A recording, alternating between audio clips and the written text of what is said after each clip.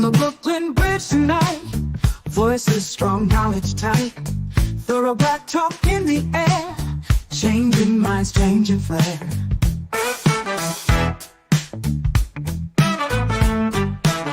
From Brother Tad to Sister Kate, warriors got things to say.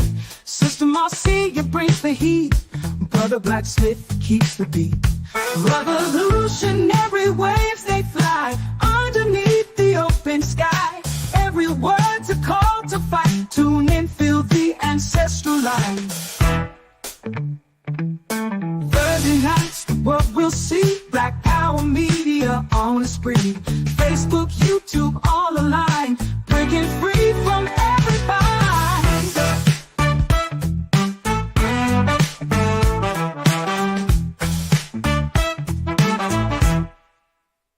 Social talk and politics, every voice breaks through the matrix.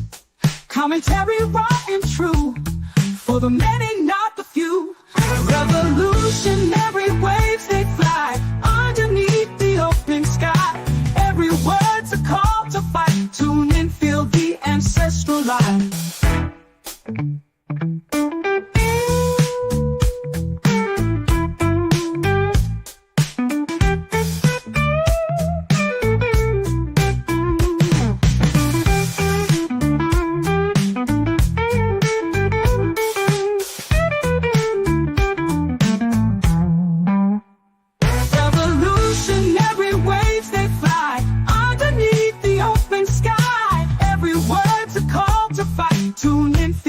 Ancestral line.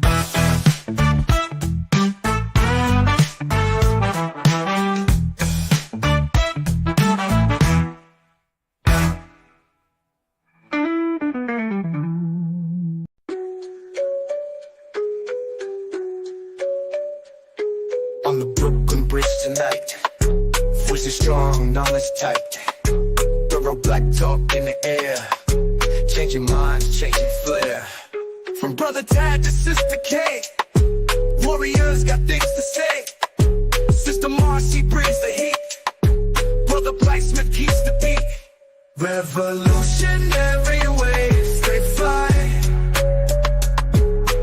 underneath the open sky. Every word's a call to fight. Tune in, feel the ancestral light. Thursday nights the world will see Black Power Media on the spree. Facebook, YouTube, all aligned, breaking free from every bind. Social talk and politics, every voice breaks through the matrix. Commentary raw and true, for the many, not the few. Revolutionary waves they fly underneath the open sky.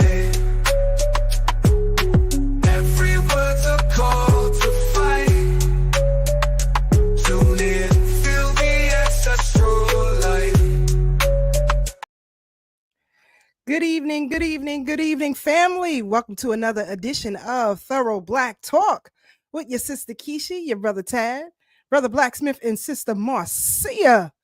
Will be joining us shortly, family. We were off last week. I hope you all had a good time with your loved ones, your friends, or just by yourself.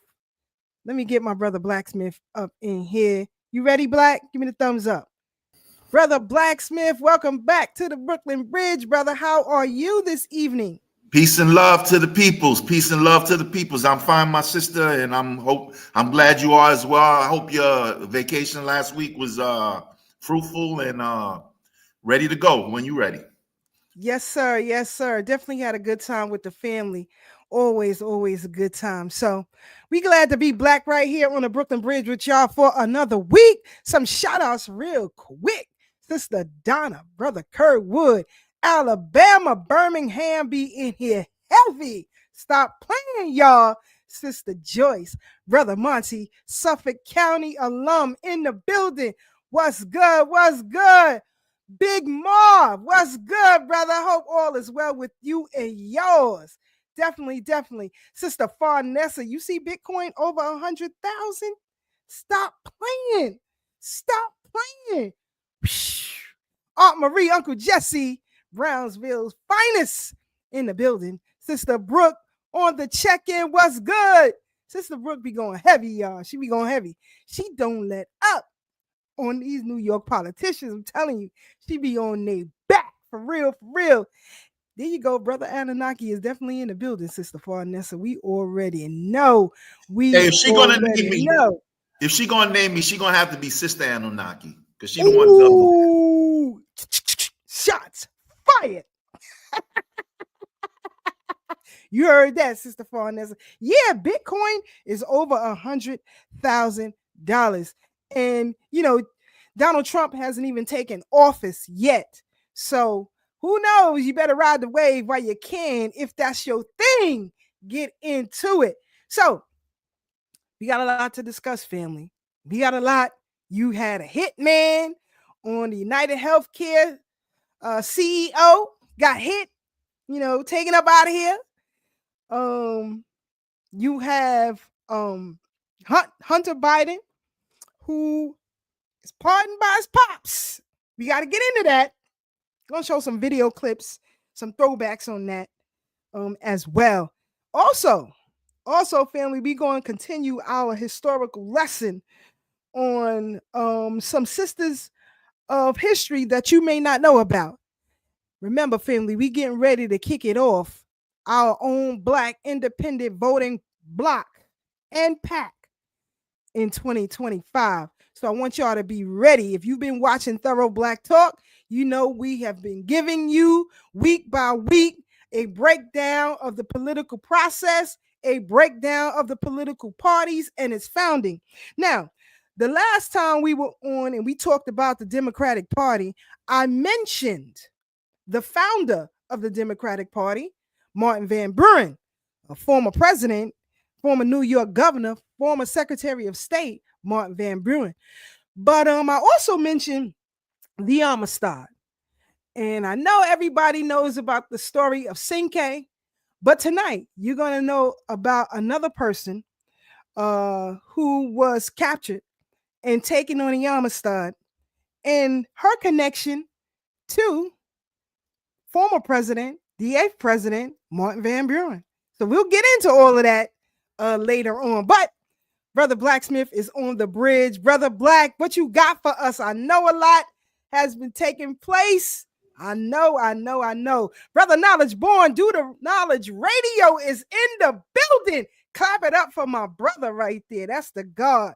Sister Aruba, Doggy Diamonds TV mods in the building. Let's get it. Brother Kev, South Kakalaki in the building. Glad you black with us, brother. Brother Blacksmith, you know, what you want to let the people know about? I mean, you've been saying some things have come into fruition. We getting ready, 2025, January, the planets are aligning. So, you know, give it to us, brother. What's good? I'm surprised you didn't mention the heavy alien or UFO or UAB or whatever they call them nowadays activity right in your backyard in Jersey. And let them know what happened, brother. Let them know. Right. Well, they're hovering. I heard a redacted. And by the way, y'all out there listening, Sister Keisha is making me cite or quote where I get this information from because of, you know, certain situations. So if I don't do that, please remind me, and then I'll let you know where I got the information from. But yesterday last night I was watching a redacted video, and brother, I'm sure some of y'all out there are aware of who I'm talking about. It's a guy, he's married to a beautiful lady. His name is Clayton, and I don't remember the wife's name. But anyway, he was saying that these UFOs are now flying over FBI agent houses. They're not identified as drones or helicopters or, you know, what have you. They don't look like anything that we know men or people could invent. So they're assuming that these are some type of foreign entities or, you know, aliens. I'm trying to avoid using that word, but whatever, they're not worldly as we know the world type Right. individuals. You can use the So word alien. You can use the word alien. Go ahead. okay. So what I'm saying to y'all is assuming that they're really otherworldly beings or entities, we could assume that they're slowly but surely giving the word, like, it's about to go down. So because no one, as far as I know, no one has shot at them, or planes been sent to scramble, or what have you. And when they're over the military bases, the military is not striking at them. So what I'm thinking is, if they are aliens, that, remember, I tell y'all all the time that Trump is mandated from the Galactic Federation. I've read that in numerous places, too many to mention. If you want to look it up, you can do that on Google. Just put Trump Galactic Federation and see what you find. So I believe that, and that it's either that or it's the Trump people themselves who were probably through the secret Space Force, through Space Force or any other entity that may be, some underground lab somewhere or something, building stuff that no one knows what it is, so that for this purpose to say, all right, y'all need to surrender because we fit to come in and get y'all. So that's the biggest thing as far as I've seen. And remember, we had this alien appearance in Miami early this year in January. So, things is ratcheting down. We having a lot of solar activity. Y'all know that, it's been mainstream at this point. So whether I tell you or whether you read it on your own or, see videos, that's on y'all to research and so on and so forth. We know that. I don't know the weather up where in New York, but I know it's cold out there. These winds that's recently been affecting us are solar winds. And just because it comes from the sun don't mean it's going to be hot. But you got to understand something. This is a tropical planet, and they make it cold for the purpose of controlling things and so on and so forth. So you got to buy more coats, more sweaters, and that's just, money in their coffers every year. Imagine if you just wore shorts and T-shirts all year round. You know what I'm saying? You wouldn't be spending money on clothes. So, that's the biggest thing, Sister Keisha. If you want me to go in on anything else, you can ask me. I've been mainly focusing on that. What's going on up in New Jersey, and for the most part. Oh, by the way, these celestial events are not just happening here in the United States; they're happening in the UK too, and they're covering their military bases and some of their MI6 agents. MI6 is the equivalent of CIA in England, and MI5 is the equivalent of the FBI. So, with that said, if you got any questions or you wanted me to go into something else, just ask and I'll see what I can do for you, sis. Right. Glad you brought that point up, Brother Black, because it has been all over the news, and there are a litany of Senate hearings and conversations that have taken place. You guys can see it at your leisure. You can catch some videos on IG. I think we posted a couple of them on the Thorough Black Talk Facebook page. Also up on YouTube. Sister Aruba, she says, I believe there may be life on other planets. We live on one, so why not? Absolutely. Absolutely. I mean, when you understand these planets and how they work, two of them are identical to ours. So, of course, I don't believe in deja vu. I don't. I think there are different things that are happening simultaneously. And some of us, as you mentioned, Brother Black, have the ability to be at both places at the same time. So you never know. But we'll get into some questions. I know people got some questions for you as Sister Marcia gets ready to come in here. But last week, the week before, we talked about AI and how the future is moving as far as technology is concerned. But recently, 60 Minutes did a piece on who is the fortitude of AI. And I don't know if you all know, but Kenya is a hotbed right now as far as technological development. Technological partnerships, if you will, and they are leading the fore.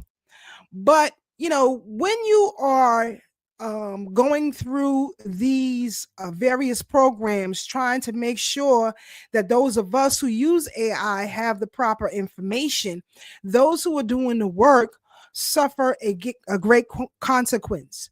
For example, if you ask AI or ChatGPT or anything like that about the murder rate in the city of Chicago or the city of New York, it will funnel through a bunch of information and give you the best possible answer.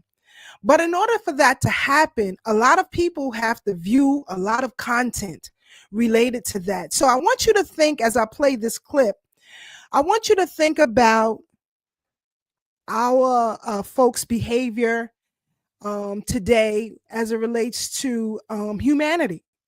The way some of us are so vicious with one another, the way some of us have ill regard for life, the way some of us have insatiable, egregious sexual appetites, and the like. So I'm going to play this 60-minute clip, and right after that, we'll bring Sister Marcia in here, and we'll all dialogue on it. Here we go. Hold on, family. Give me 1 second. I would normally pay $30 in US, but because you are Kenya, $2 is enough for you. That idea has to end. Okay, $2 an hour Yes. in Kenya. Is that low, medium? Is it an okay salary? So for me, I was living paycheck to paycheck. I have saved nothing because it's not enough. Is it an insult? It is, of course. It is. Why did you take the job? I have a family to feed, and instead of staying home, let me just at least have something to do. And not only did the jobs not pay well, they were draining. They say deadlines were unrealistic, punitive, with often just seconds to complete complicated labeling tasks. Did you see people who were fired just because they complained? Yes, we were walking on eggshells. They were all hired per project and say Sama kept pushing them to complete the work faster than the projects required, an allegation Sama denies. Let's say the contract for a certain job was 6 months, okay? What if you finished in 3 months? Does the worker get paid for those extra 3 months? No. KFC. What? We used to get KFC and Coca-Cola. They used to say, thank you. They get you a bottle of soda and KFC chicken, 2 pieces. And that is it. This job, I would normally pay $30 in US, but because you are Kenya, $2 is enough for you. That idea has to end. Okay, $2 an hour Yes. in Kenya. Is that low, medium? Is it an okay salary? So for me, I was living paycheck to paycheck. I have saved nothing because it's not enough. Is it an insult? It is, of course. It is. Why did you take the job? I have a family to feed, and instead of staying home, let me just at least have something to do. And not only did the jobs not pay well, they were draining. They say deadlines were unrealistic, punitive, with often just seconds to complete complicated labeling tasks. Did you see people who were fired just because they complained? Yes, we were walking on eggshells. They were all hired per project and say Sama kept pushing them to complete the work faster than the projects required, an allegation Sama denies. Let's say the contract for a certain job was 6 months, okay? What if you finished in 3 months? Does the worker get paid for those extra 3 months? No. KFC. What? We used to get KFC and Coca-Cola. They used to say, thank you. They get you a bottle of soda and KFC chicken, 2 pieces. And that is it. This job, I would normally.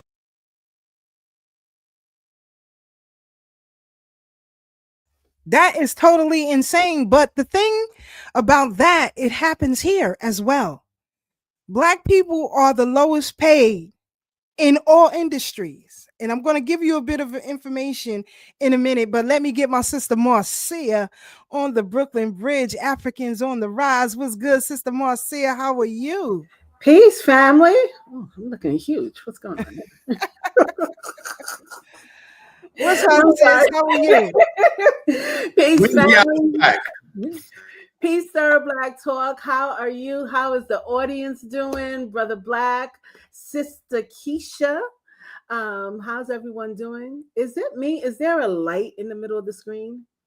Ugh. Okay, in your screen. Yeah. I think it's your above lighting. Yeah, something's going on my screen. But you got a red twin on your each shoulder and a white one on the other shoulder. Well, that's all right. They've been with me all my life. We're bosom buddies. We're buddies. We're happy and we're gonna. Sister Marcia, you gonna be ready for next week? Are you gonna be ready for next week? Next week. For a museum trip. So we didn't finalize this, but yes, I'm just asking. I'm asking now. Are you available for next week? Next and we'll week. talk offline. Okay, next week, yes. Okay. Yes, it's all a right. yes. All right. You heard that, Sister Brooke? I'm gonna holler at you too, all right? But so Sister Marcia, we played this clip of our folks working in Kenya, and they talk about the conditions and the pay. Your thoughts? So because my brothers and sisters from Kenya and across the globe doesn't really see, oh God, is this frozen? Doesn't really see the pay equity that happens. So in Kenya, maybe $2, $3 is a pay equity. In New York, maybe it's $29, $30. Maybe that's the pay equity. But it still allows people with a family of 4 to live paycheck to paycheck. So their idea may be skewed because they truly don't grasp the monetary involvement in it. And so they're like, hey, big tech companies, and even we would say that big tech companies, I'm making you millions of dollars and you giving me minimum pay. I want more. And big companies are like, no, you get what you get.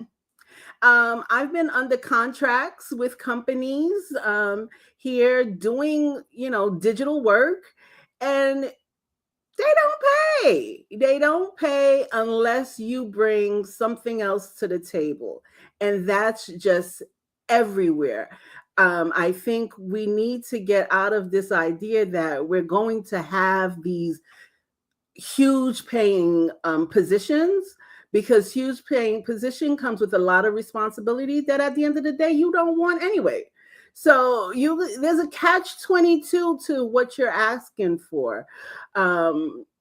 So on that level, I think we need as Africans in the diaspora looking at the continent to really have real conversations with them, because they're looking at TV, and TV is highlighting all of this glamour that isn't for everyone's daily life. It skews their understanding and understanding of what is really happening, boots on the ground in the US. So that's point number 1 to your question. I'm listening to them, and of course, I try to tie everything together. You have to ask, because the reason why I played that clip also is because, see, Kenya's government promised 1 million jobs. So they are in a catch-22. I think our brother Kev put, President Ruto should be ashamed of himself. But he is trying to fulfill a promise of 100 jobs. I mean, 1 million jobs. You have to also remember that Kenya is a very young society, right? Its youth outnumber its olders and its elders. So it has to develop a future plan. Now, do I believe that the country got squeezed play? Absolutely. Absolutely. And this is, just one incident. We know about Kenya connection to Haiti, right? As far as providing military for the nation of Haiti. So again, you have to ask yourself, why is the president continuing to do these things? And that is why, because he made a promise. Now, the outcome is that if Kenya is not willing to accept that, and of course they are not, and they shouldn't, they should also remember that big industry treats all of us the same. So $30 an hour here in New York is still nothing. It's pennies because you can't survive here. So you have to look at the whole gamut of this argument, because I don't want our people to sell themselves short anymore. I think Kenya is in prime position to place itself in a leadership as far as technology is concerned. I think that if they had their wits about them, and a military to back it, they can easily steal industry from China in a heartbeat. But again, being in this catch-22 can be quite difficult. Shout out to the government of Mali. It was announced that they are now cleared of all debt. And so that's a good thing. Now that they are cleared of all debt, I hope it will advance its military. And I'm putting that out to everyone across the board. If you have a weak military, you are easy prey. Easy prey, no matter the intentions. This is the world that we live in. And of course, European powers, US and China and Russia are the strong horses as far as military is concerned. And so a lot of people get squeezed. Now, staying right in line with that, there have been some murmurings that we are on the verge of World War III, that, Russia has had enough of U.S. involvement as far as military aid and component to help other nations. And they said, enough is enough. Now, they sent some missiles towards our direction. However, they weren't nuclear in nature.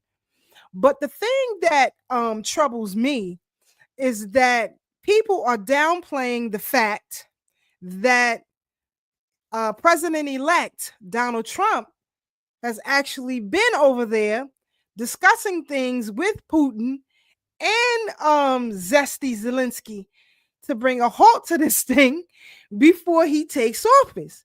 Nobody in their right mind, at least I hope all y'all in your right mind, that you don't want to see nuclear war nowhere. And so, to have a sitting government that is docile in its approach to this is problematic. Brother Black, your thoughts on the murmurings, if you heard them or not? Okay, as far as that's concerned, and I've said this on the show numerous times, some years ago, when Larry King was still alive, he showed some military dude, some highfalutin military dude, that said that they were sending nukes to Iran. And something out of the sky that they couldn't identify, they couldn't even see it, nothing could detect it, just took the nukes out. Like no fallout, no shrapnel that, fell to the earth and destroyed houses, none of that. It just disappeared. So for those of you who don't like Trump for whatever reason, and that's your business, he came in campaigning with no new wars. There hasn't been a war when he was in office. There hasn't been one since he came back. Well, he's not officially back in the seat yet, but for those of you who don't like him, as we see Zelensky zestying it up there, and he's repatriated a lot of the soldiers. So if you thinking he was in power the first time to come back and then just start a war the second time, that's all what do you call that? When you ratchet up a war through propaganda. I forget the name of it right now. I don't remember the name, but anyway, all of this is to distract you from them actually working together so that they can get all this money and the Bitcoin going up in the stock market, along with XLM and XRP, which is the only two cryptocurrencies he approved of, and he said as much publicly, and you can find that easily as well if you need to know that as a fact. So I don't see anything happening. There's wars, more wars and rumors of wars. That's all it's going to be. I like what Candace Owens said in this clip. Let's play this and we'll come right back. You told me as a mother that I need to care more about what's happening in the neighbor's house while my kids were suffering in my house. I would look at you and tell you were crazy, obviously. Of course, I'm going to take care of my own house first. And if I have something after my house is in perfect order, right? And then you say to me, hey, they need help. That's just common sense. But if my house is in complete chaos and my kids can't eat and my kids are struggling, how dare you tell me that it's wrong to want to care for my own first? And that's exactly what the American foreign policy is amongst the elites. Everything that we're doing in the world right now is we're suffering from not being able to mind our own business. This idea, post World War II regarding international liberalism, that it was now we must spread our ideas everywhere and everybody must accept them. Maybe people don't want to live like Americans want to live. Have we ever thought of that? Like maybe people in Iraq and Iran actually are not interested in the way that we live. Maybe people in Saudi Arabia are not interested in the way that Californians live. And by the way, if you're looking at what's going on in California and LA, does it seem like maybe people should be embracing American values and principles at this moment? If you could buy them and purchase them right now as another country, you probably would be wanting to go the other way, hence Uganda and the laws that they're putting in place trying to keep this LGBTQ agenda that Americans are funding all across the world. Why are we funding that? Why are we funding saying that girls in Pakistan need to learn about transgenderism? This is the foolishness that our tax dollars are going toward. And people, that because international liberalism, these are great ideas. No, actually, these ideas kind of suck, actually. Because if you told me, oh man, you gotta love it. You gotta love it. People are tired of the foolishness, and like Brother Black said, there's an awakening that is happening across the globe. People are seeing the foolishness for what it is. Sister Marcia, your thoughts? Oh God, okay, this is better. The idea that World War III is coming, yes, the Flash is coming. Brother Anunnaki has prophesied that for so long. Nuclear, devastating. You can see the ramification of nuclear war with the largest population of hermaphrodites in those surrounding areas of the first nuclear bomb. It's a travesty, to kill off people and systemically end generations to come. Do we have time for it? No. Like Candace said, we got our own business to take care of. We need to take care of ourselves. But the problem is, especially for Black folks, is that in totality, a lot of us believe in race first, but as a nation of people, we don't believe in race first. So we can't get our stuff together until we truly believe race first comes first. And our initial problem is that we don't believe that we're Black. We don't believe that we're African. We're just so confused, and we got schizophrenia. We have so many mental diseases going on as a nation of people. I know individuals on this platform right here today don't suffer from these diseases. We may suffer from other types of diseases, but at the same time, until we could identify as race first and move forward for our people, whatever they're doing outside and we're chasing after it, we're gonna be in poop poop poop poop poop poop. Yo, so keep it right along, family. Hunter Biden. Hunter Biden. You know, let it be known, Brother Black laid it out clear. Everything that was going to happen. I'm going to just tell y'all that right now. Go back through the archives, you know, before the laptop was released or exposed, rather. Brother Black let y'all know it was going to go down step by step. And this is no different. When I saw this, Brother Black, Sister Marcia, I was quite troubled with voters, if you would, because I'm listening to commentators speak. I saw some comments on various posts as it relates to Hunter Biden and his father pardoning him or pre-pardoning him, if you will, for these crimes that our family members are still sitting behind bars for. When I saw Whoopi Goldberg caping for Hunter Biden and Joe Biden, I want to punch her in her throat through the screen, but I couldn't. You know what I'm saying? And she really annoys the hell out of me. Her and Charlemagne, they were up there, just two house Negroes arguing the point for Hunter Biden. Now, I have to tell y'all a true story before I bring up this clip. A few years ago, I think maybe in 2012, we went to, it was, I think, a little bit before that, maybe 10 or 11. Anyway, we went to Dover, Delaware, because there were rumors and threats of Black students being lynched on the campus of DSU. One of its prominent professors, Dr. Jahi Issa, we were able to reach out to him because he was removed from the campus for speaking out against this. So we all went and took ourselves down to Dover, Delaware. Shout out to Sister Pam Africa. I'm going to try to pull up that video in a few minutes, but we went down there and we went to see Hunter Biden. We pulled up on his office, and Sister Pam Africa, you know, she was on the bullhorn letting him have it. But back then, we knew that this bastard was no good. And he was going to be problematic.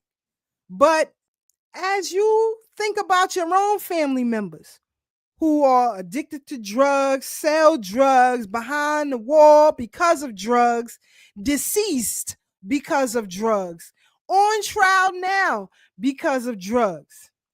How do you say that? So how are you all right with this dude being let off the hook?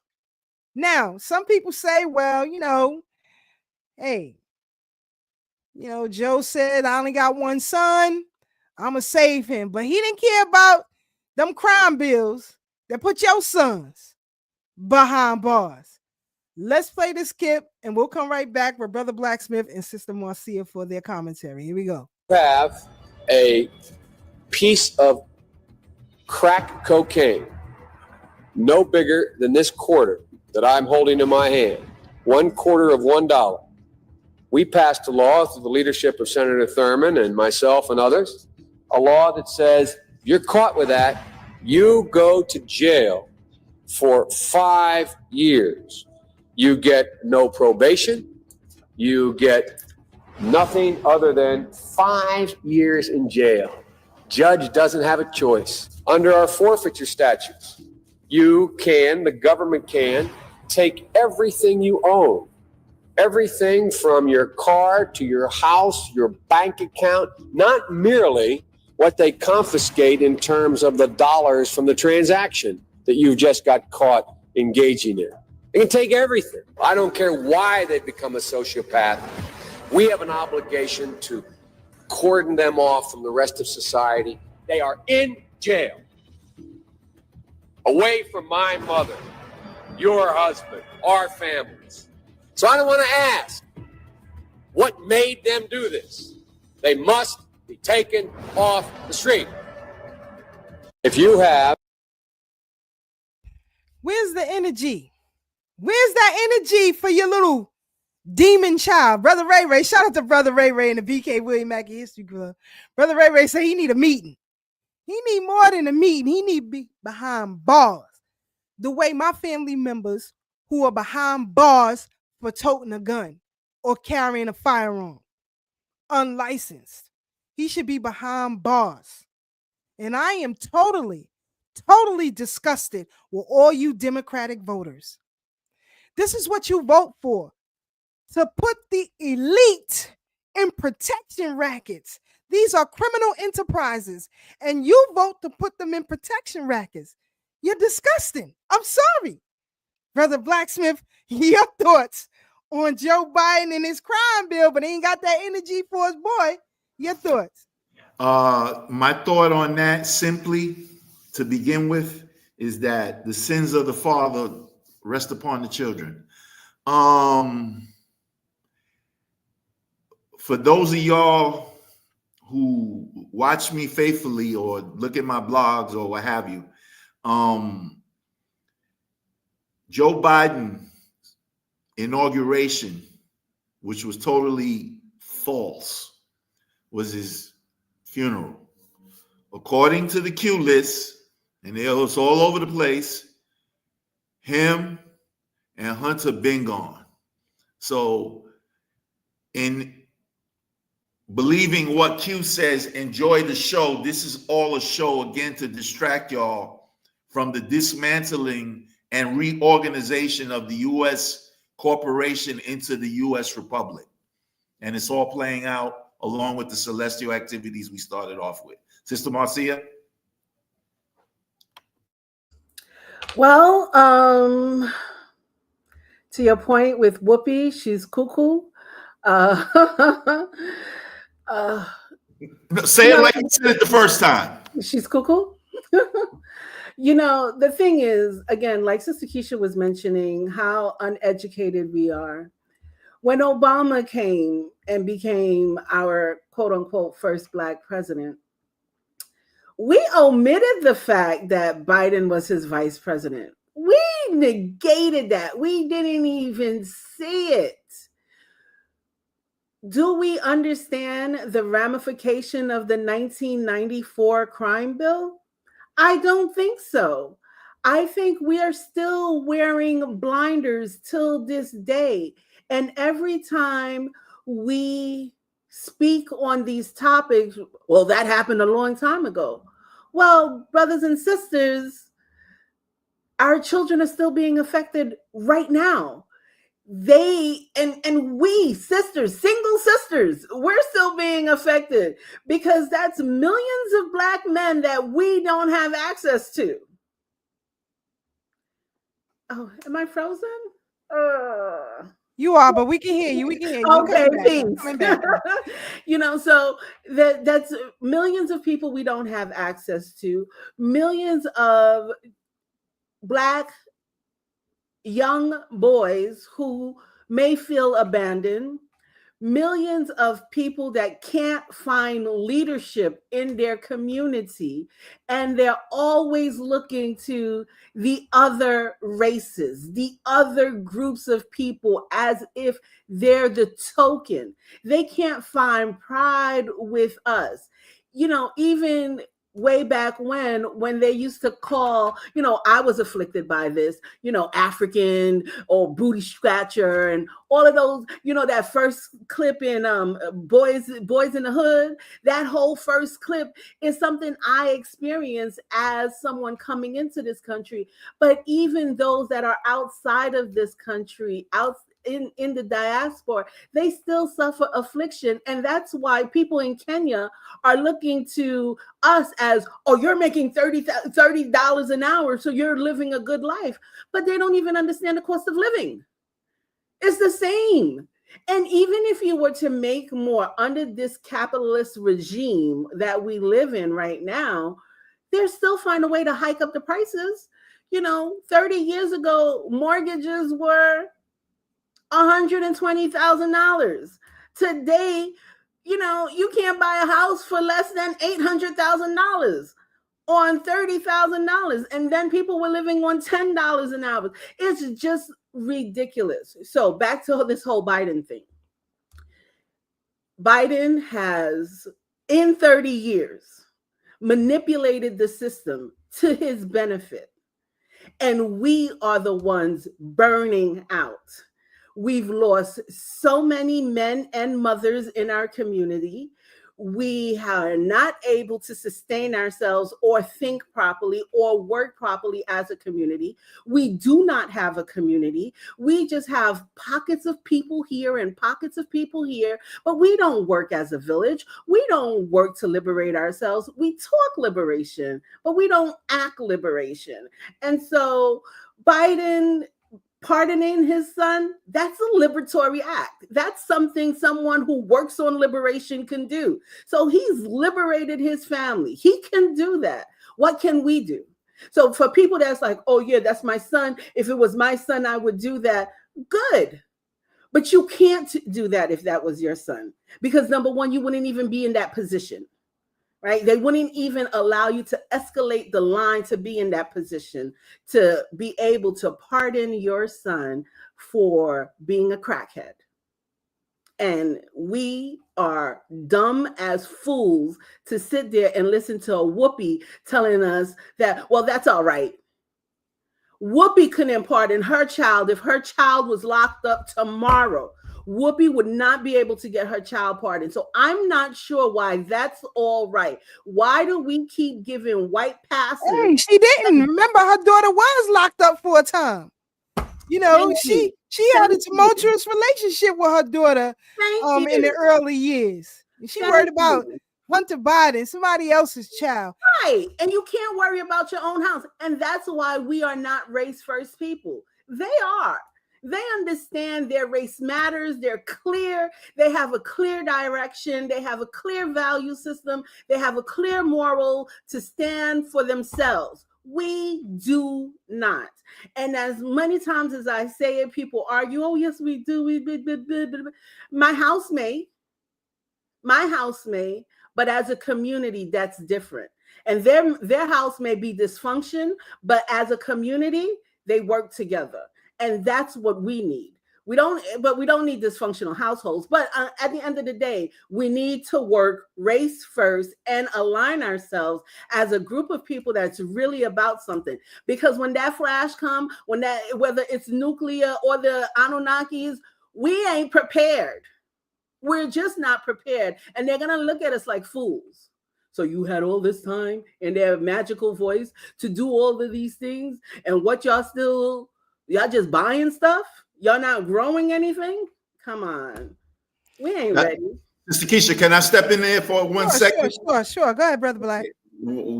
Y'all forgetting, and again, this goes out to the Trump haters, not the Trump dislikers, not the Trump sympathizers, the Trump haters.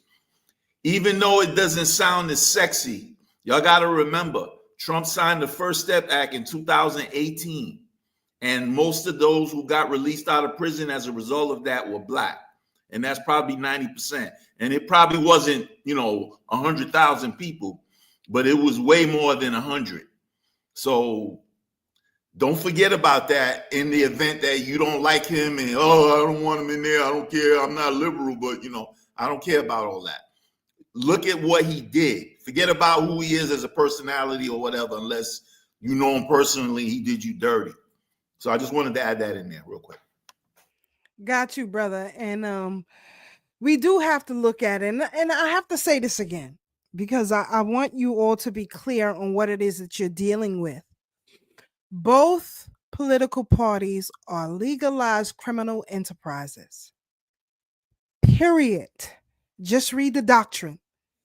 They are legalized criminal enterprises. And so, he pardoning a criminal because that's what his son is. He may be an attorney, but he's still a criminal. He may be the president's son. He's still a criminal. He may be a former Ukraine ambassador, if you will. He's still a criminal. And when more you vote, the worse our conditions get. I keep telling y'all that. But you don't learn. But Let's go back to Joy Reid and her double talk. I don't like her either. I don't like her. Okay?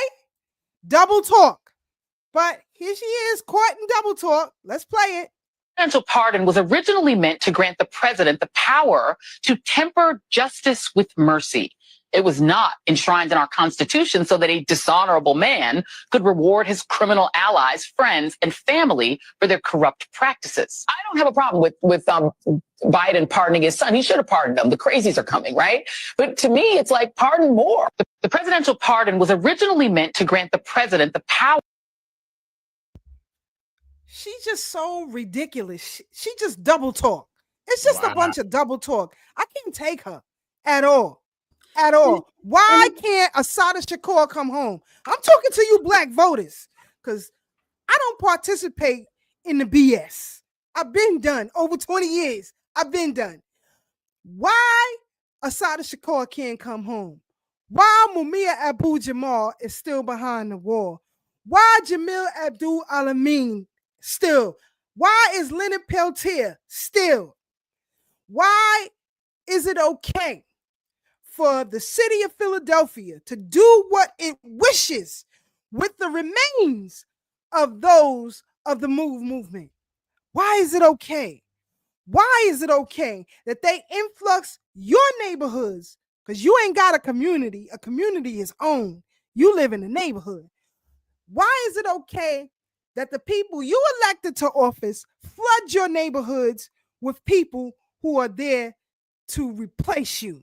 Why is that okay? It's because you allow it. You did it. And when history comes back around, when we are no longer here, and our children and grandchildren and great-grandchildren are reading up on this very time, they're going to find out you were a co-conspirator. When you leave this world, and we all going to be up out of here, none of us got a magic pill. If you do, I can get you trillions today. If you do. But we all going to be up out of here. What you going to tell your mama, your grandmama, your great-grandmama, your grandfather, your great-grandfather? That you were co-conspirators in their descendants' demise. You're going to have to answer for that. And that's why we suffer so greatly. Because we are co-conspirators in our own oppression and our own demise. Out of ignorance by choice. Ignorance by choice. But I wanted to bring up a clip for you all to take a look at. And while I do that, I want to ask Sister Marcia, Brother Blacksmith, ask Brother Blacksmith, where can the viewers go to see more information about these celestial hearings that are taking place? Is it YouTube? Would it be Rumble, BitChute? Let them know. Some of the sources that I quote is Mr. MB333, Stephen Burns, Wages World, Remedy H, old Dr. Blair, Dr. Delbert Blair videos, some of Phil Valentine stuff, some guys on Facebook. I'm not going to put their names out because they didn't give me permission to do so. Right. Don't do that. Yeah. All over the place. There's all over the place. So now the reason why I asked you that, Brother Black, is because you've been asking me about D Bragg for a minute. Okay. But an old clip surfaced of D Bragg talking about, the Diddy Gang crew and, what takes place. And for those of you who know D Bragg, D is telling the truth about it. So shout out to him. We actually did a lecture with D Bragg, me, Tad, Brother Quasi, Black Dot at Nicholas Brooklyn some years ago. But anyway, I'm gonna pull up this old clip and we'll come right back and we'll come back with Sister Marcia's comments. Here we go. They bring me to the back room. And in the back room, they have this long table with a white sheet set out. I mean, beautiful thing. Look like the damn Last Supper. On one end is Derek Jeter, there's Stephon Marbury. It's not that the rapper. That's not it. That's a misconception. What it is, it's about control. See, that's what makes it, that's why you see, like, wow, Jamie Foxx, you would say that? Because they're in a bind, because see, Jay-Z's not, but and once you reach a certain level, you have to give something up. There's something that you're going to give up because you got to be down with that crew. And how do I know? Because it happened to me. That is why I'm standing here talking right now. I reached a certain level in that station. What I'm saying, what's happened is it was passed down to to everyone in the urban industry. So now you have a rapper who will get turned out by a high-ranking label exec because, well, what you gonna do? I mean, if I want to be a rapper and I walk in and the label exec tells me that this is what I need to do for him because, hey, he put my album on when I really wasn't that talented, but they pushed me because they saw that I was something that they could sell. So when you bring me in a room and there's my favorite rapper right there who's in the same room, so that must mean he must have committed the same act as I did. So at the end of the day, depending on where your level is within yourself, you go do it. And it's easy for those of us to sit back and say we wouldn't do it. But the majority of us will never fulfill our dreams. So we'll never be in a position to say what we would or would not do. You understand what I'm saying? We'll never be in that position. Because before I got there, I would say the same thing until I got there. You understand? So I literally lived the devil taking me to the mountain and saying, you can go to the left, you have all of this. And I was there. It was ritualistically done. 3 straight weekends. They do everything in 3s. 3 weekends in a row. Hey, D-Brad, let's go hang out. And every weekend, he kept beating me in the head. Get rid of this Rap City, man. You can do more than Rap City, D-Brad. You can do more than you can come with us. We go to the joint, we hanging in VIP. Get me everything I want. Then every time we hung out, it was the same way. Then they bring me to the back room. And in the back room, they have this long table with a white sheet set out. I mean, beautiful thing. Looked like the damn Last Supper. On one end is Derek Jeter. There's Stephon Marbury. I'm trying to talk to the model chicks. He's like, nah, D-Brad, come on, sit right here. We get inside the limo. We're in the car. The man standing across looking at me like I owe him something now. And while he's doing that, he's sitting there with his legs spread open, rubbing his. Now I'm in a situation where I'm like, no, what am I going to do for me? So for me, I had to turn that away. But what the hell that I caught after that, I've been homeless. I've had my name destroyed. I was ashamed of myself. I went from being a man to nothing because I would not cross over. Right. Then they bring me to the back. Sister Marcia, your thoughts on D-Brag's commentary. And the reason why I'm going to you is because I think you sent it to me earlier today or yesterday that now Diddy's son has been served with papers as it relates to SA. So, Sister Marcia, your thoughts on D-Brag's commentary. And for those of you who don't know, you watched BET back in the days, Rap City, 106 and Park.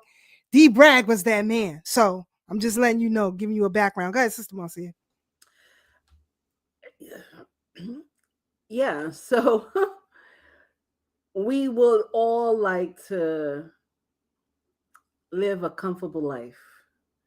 We would all appreciate the quote unquote finer things of life. But it comes with a price. And what are you willing to pay for it? And so many people pay that price because they don't see the ramification of the price. They don't have a Biden to come bail them out. They don't have a father that's going to say, oh, my daughter, you are okay, or my son, you are okay. Well, little Sean may have assumed that he had a father who had his back, that he could call on, because his daddy was doing all of these things plus more. And so he just did what his daddy did. Oh, friends in high school, I got a flight. Let's go. Okay. And so he is a co-conspirator. If it happened that way, I don't know. Allegedly in my mind, I am not seeing anything, saying anything is true, but just say, I have a plane. I have all these friends. Hi, friends. Come on. I'm going to take I you like the fact, not to cut your wisdom, sis, but, it really bothers me that we can still be succumb to such things in the age of technology and advancement. There is so much that you can do to make money. And I'm not talking a little bit of money, but a lot of money. It's on you in your direction.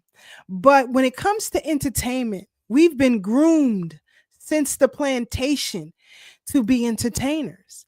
We've been groomed since the plantation to spend every dime that we get as quickly as we get it.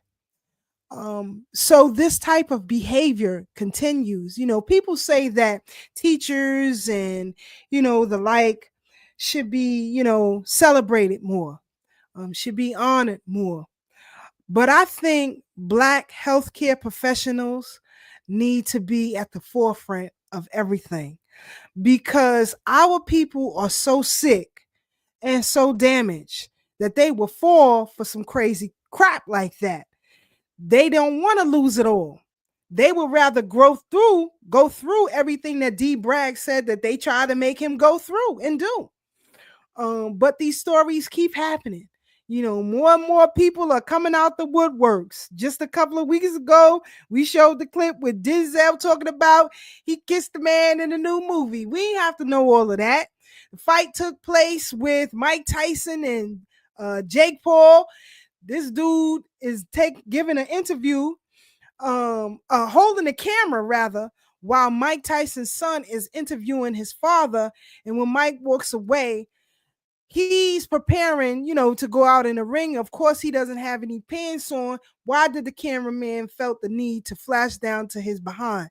It was so disgusting that Rosie Perez said something immediately, like the dehumaniation of Black men. I keep telling y'all that, man. I wish y'all could spend more time with judges. I wish y'all could spend more time with CEOs and CFOs, so you can really hear what is said about you.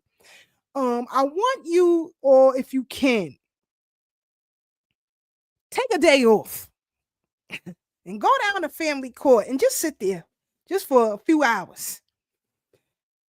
Every time that a Black man shows up to court with his mama, they be clowning you in the back. Do you know they already set the gavel on you already? I showed you a clip in a book, a phrase in a book that we're gonna read from the night. But the clip said that the Black woman's womb is the possession of the white man. So you being the son coming from the first mother, and you have no respect on this planet, that's problematic. It should be problematic for you every day of your goddamn life. Your manhood is on the line every day of your goddamn life. You don't have time or luxury to capitulate, because while you have been doing so, your sons are suffering a greater feat than you did. CEOs, CFOs are laying off Black tech left, right, and center. So now Black people are trying to start their own startups, architecture. They trying to get into architecture, even though, they are told that seeing Black people in architecture is a foreign entity. But as long as you entertain, as long as you continue to entertain, we're going to use you for that purpose as well. This is a fact, family. When I saw Chanel Lewis trial, shout out to Brother Ray Ray and Brother Mike Graves, the history hitman, because they went to all the dates. But I'm just saying, sitting in that courtroom, and this young man is being railroaded for a murder he did not commit. I'm not saying that. That's what the evidence says. If you was there in the courtroom, that's what the evidence said. But to see this young man be railroaded for a murder he didn't commit is problematic. When I looked on the prosecution side, and the prosecution, of course, is there to represent the family and the state. You had all sea of white folks who were on that side of the courtroom, all in support of the family of the young white woman who was murdered in Howard Beach. On Chanel Lewis' side, there was his mom, his sister, Brother Ray Ray, Mike Graves, myself, and maybe a few others. couple of people from UAN was in there too. But when I saw his mother sitting in that courtroom full of despair, I knew it was a lost cause. You had the judge cracking jokes with a bellsman, with a court officer, excuse me, in the courtroom while the goddamn trial is going on.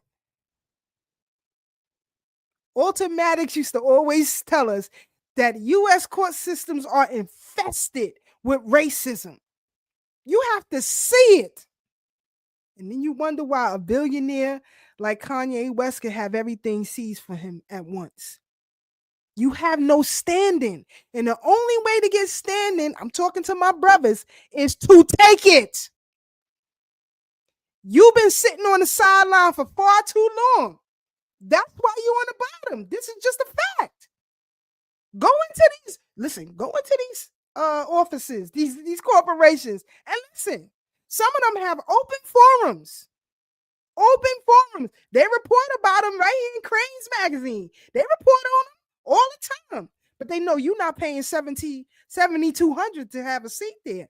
You got to pay. But when you go in there, they're going to tell you exactly what it is. Exactly what it is. The only male and female on the planet that is not respected around the world is black folks. Period. I don't care how much money you got. I don't care how much standing you have. I don't care about your political affiliation.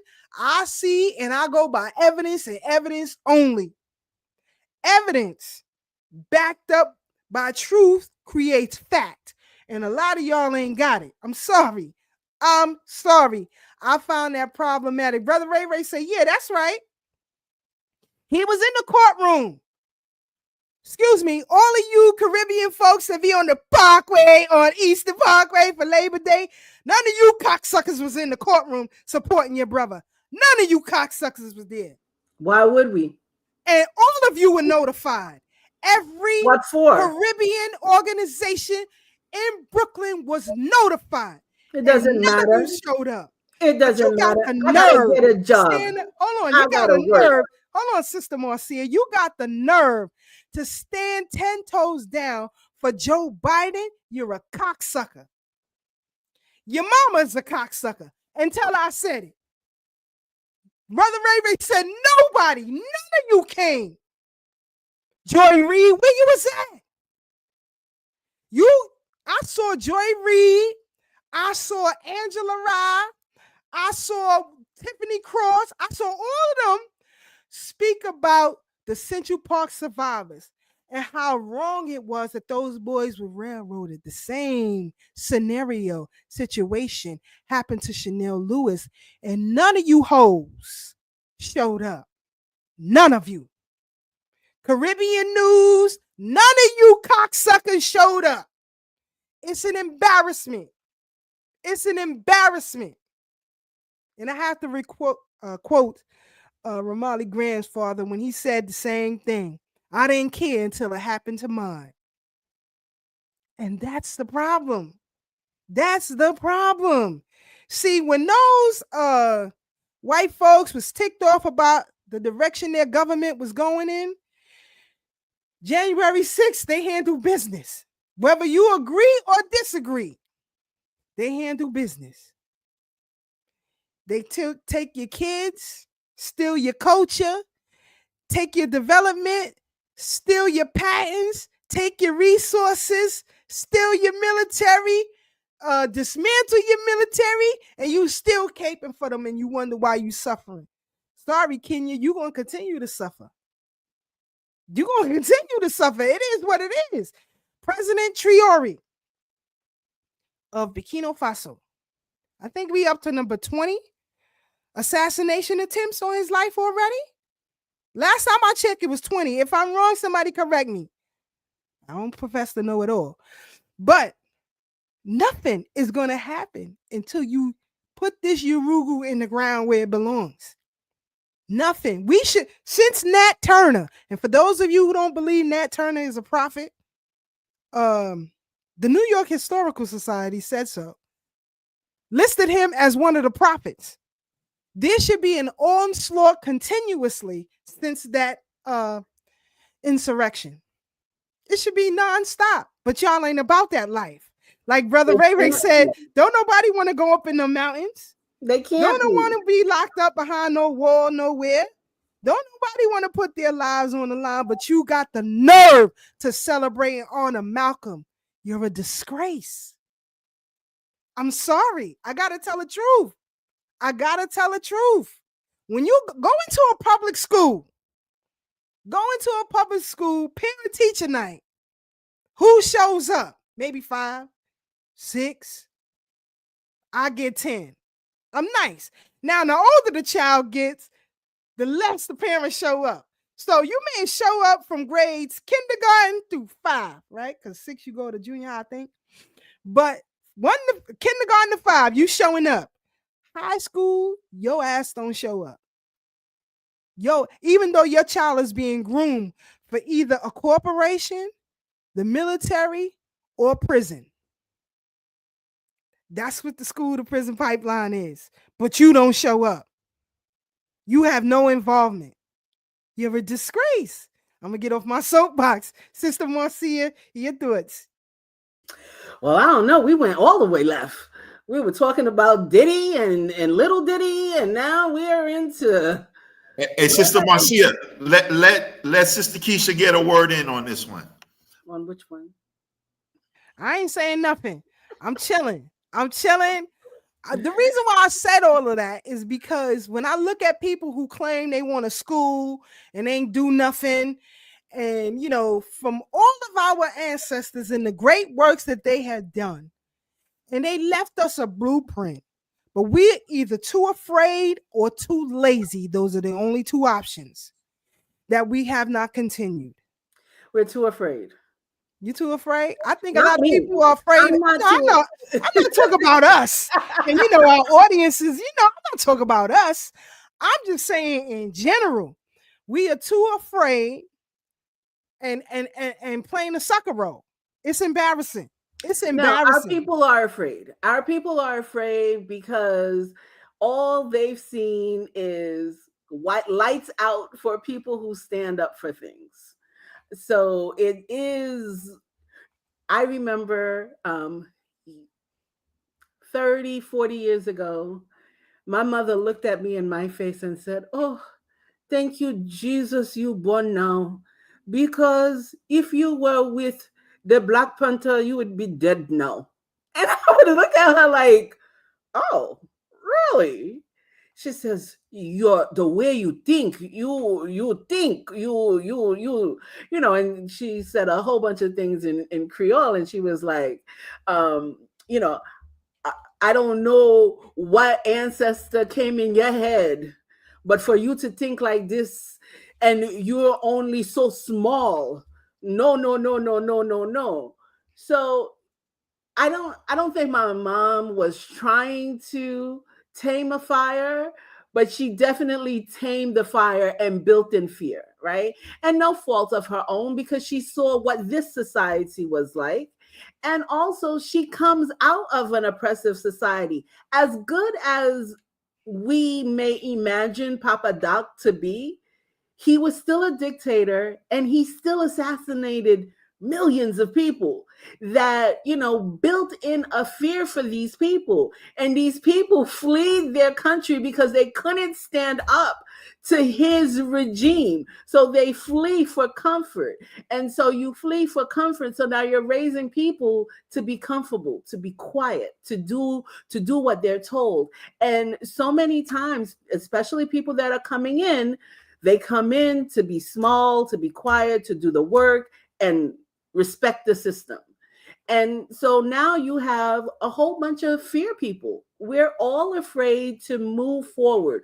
We don't believe in the legacy that has been left behind. Number one, because we're not taught the legacy. And number two, we don't see it in front of our face every day. Who do we see in front of our face every day?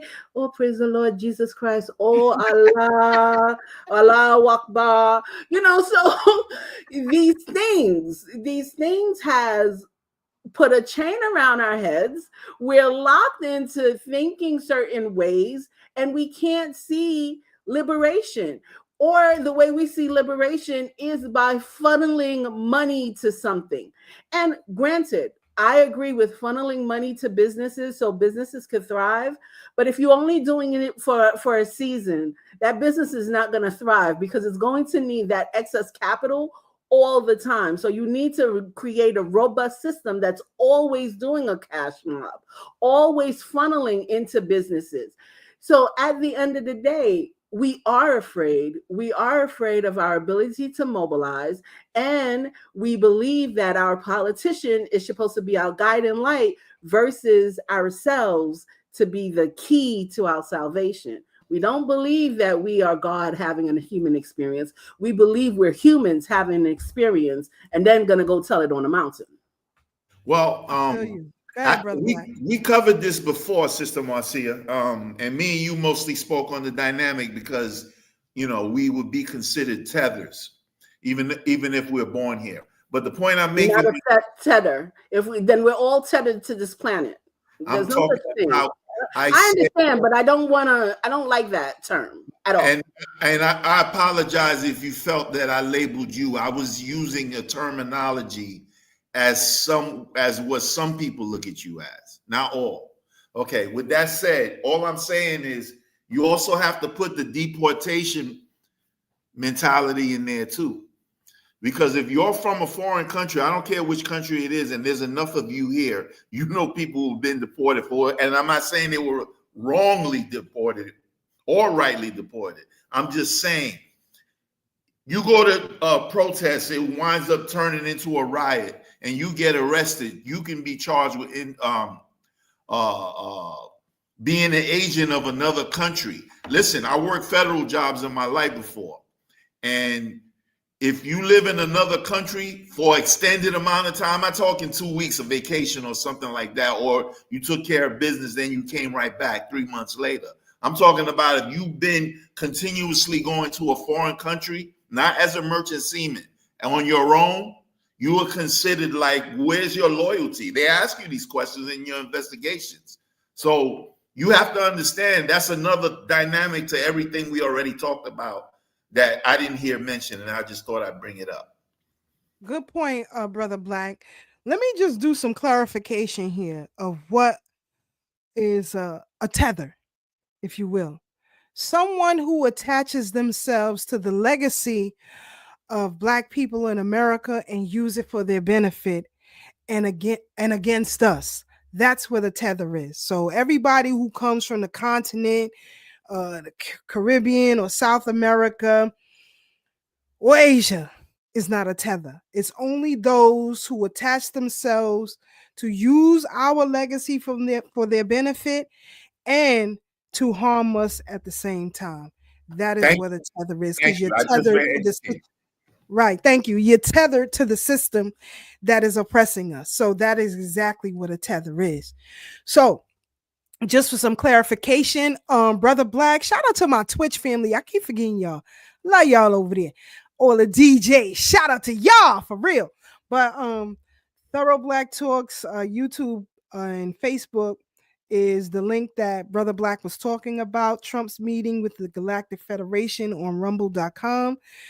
And the other one that you posted, Brother Black, the NAP commission. Right. About the NAP commission, so you guys can read about that for yourselves, as far as, you know, reversing some privileges that a lot of folks have. But I wanted us to remember the Amistad. And, you know, some of you may have seen the movie or what have you, but most people, when it comes to Amistad, know about Cinque, right? He is the main character in the movie. He is the main historical point person as far as the Amistad story is concerned. But remember, I always tell y'all to dig deeper, right? There's a reason why they put certain names before you and negate telling you about others, right? Because more than likely, those that you don't know about are the ones who was really doing the real work. So when I see people today who talk about, you want to get a school going, you want to do this, that, and the third, and 10, 15 years later, there's no progression. I want to talk about McGrew. McGrew was one of the captives on the Amistad. She was 10 years old. As you can see here, McGrew, a girl of less than 10 years old, was one of many of the little Mindy girls kidnapped with Sinke, the chief's son, and dozens of African men. Let's read about McGrew, and we'll come right back with Sister Marcia and then Brother Black. Okay? We're going to do it in that order. Okay, it says they were walked nearly 100 miles to the Atlantic coast. After a time in a slave pen, they were all forced on board the Portuguese ship Takara, which sailed to Cuba. Adult men and women were chained together, naked in the dark feces covered hold of the ship. No room to stand. After 3 months at sea, the ship docked in Cuba. The female and male hostages were sold on the auction block. After the purchase, they were forced onto another ship. McGrew was one of many women forced into the sweltering holds of the slave ship when it set sail on June 27, 1839. The schooner was called the Amistad. McGrew must have been terrified when the ship met rough waters. The women and men were from different villages and spoke different languages, but Sinke figured a way to communicate and lead them into a revolt against their Spanish captors. The captain of the ship and the cook were killed in the uprising. Sinke took command. Under the threat of death, the Spanish crew agreed to sail the ship back to Africa. However, during the night, the crew would return the ship towards North America. This erratic course was taken for 63 days. In need of food and water, the Amistad approached Long Island Sound off the shore of New York City. A failed attempt to barter for provisions alerted an American vessel to the unusual circumstances surrounding the ship and its passengers. The Amistad and its 43 passengers were taken into custody in New London, Connecticut. They were accused of murder and piracy. It was there in August of 1839 that the struggle of McGrew and Sinke, along with that of other African women and men of the Amistad, entered into history. The Amistad Africans did not speak English nor have an attorney. They could not understand the transfer to a jail in New Haven, Connecticut.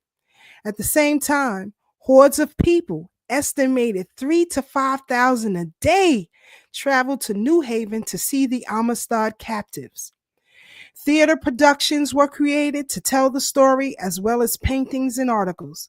In the midst of chaos, McGrew stood only 4 feet 3 inches tall, described as a dark-skinned girl with wide-spaced eyes and a penetrating gaze.